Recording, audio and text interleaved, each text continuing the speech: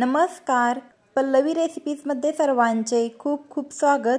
आज आपण लहान मुलांच्या टिफिनसाठी कोणतेही मसाले न वापरता अगदी साधी सोपी व पटकन बनणारी अशी सुक्की मसूर डाळ बनवणार आहोत। गॅसवरती एक कढई ठेवून त्याच्यामध्ये तेल ओतायचे, नंतर त्याच्यामध्ये अर्धा चमचा मोहरी टाकायची। मोहरी थोडी तडतडली की नंतर त्याच्यामध्ये अर्धा चमचा जिरे टाकायचे व जिरेही तडतडून द्यायचे। नंतर त्याच्यामध्ये 6 ते 7 कढीपत्त्याची पाने टाकायची। मोहरी आणि जिरे चांगले फुलले की नंतर त्याच्यामध्ये 2 मध्यम आकाराचे कट केलेले कांदे टाकायचे आहे। कांदा टाकल्यानंतर आपल्याला तो उलटण्याने मिक्स करून घ्यायचा आहे व कांद्याला आपल्याला तांबूस रंग येईपर्यंत तो छान असा परतून घ्यायचा आहे। एखाद्या मिनिटाने आपल्याला त्याच्यामध्ये अर्धा चमचा मीठ टाकायचे आहे आणि नंतर कांदा आपल्याला तांबूस रंग येईपर्यंत छान असा परतून घ्यायचा आहे। कांदा परतत असताना गॅसची फ्लेम ही कमी ते मध्यम ठेवायची आहे व कमी ते मध्यम फ्लेमवरती आपल्याला कांदा छान असा परतून घ्यायचा आहे।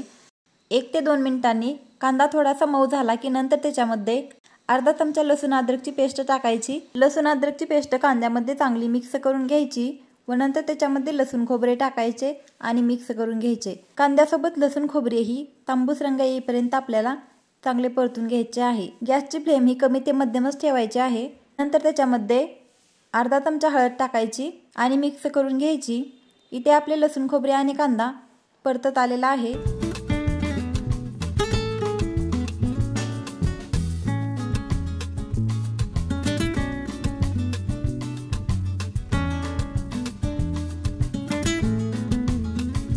कांदा व खोबरे चांगले परतून झालेले आहे।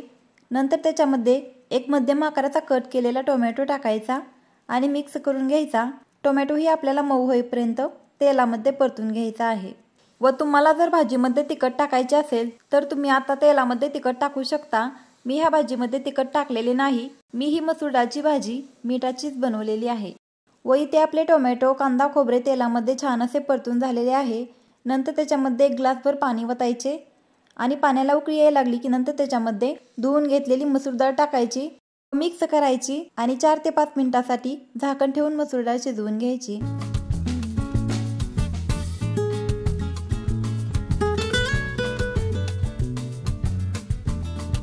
साधारणतः 4 ते 5 मिनिटांनी झाकण काढून एक वेळेस मसूर डाळ चांगली मिक्स करून घ्यायची। वाजून झाकण ठेवून 1 ते 2 मिनिटांसाठी मसूर डाळ शिजवून घ्यायची। मसूर डाळ शिजण्यासाठी जास्त वेळ लागत नाही, ती लवकर शिजली जाते। व इथे आपली मसूर डाळची सुक्की भाजी बनवून तयार झालेली आहे व वरून बारीक चिरलेली कोथिंबीर टाकून मिक्स करायची। अशा पद्धतीने तुम्ही लहान मुलांच्या टिफिनसाठी मसूर डाळची सुक्की भाजी बनवू शकता। व्हिडिओ आवडला असल्यास लाईक करा व चॅनलला सबस्क्राईब करा। धन्यवाद।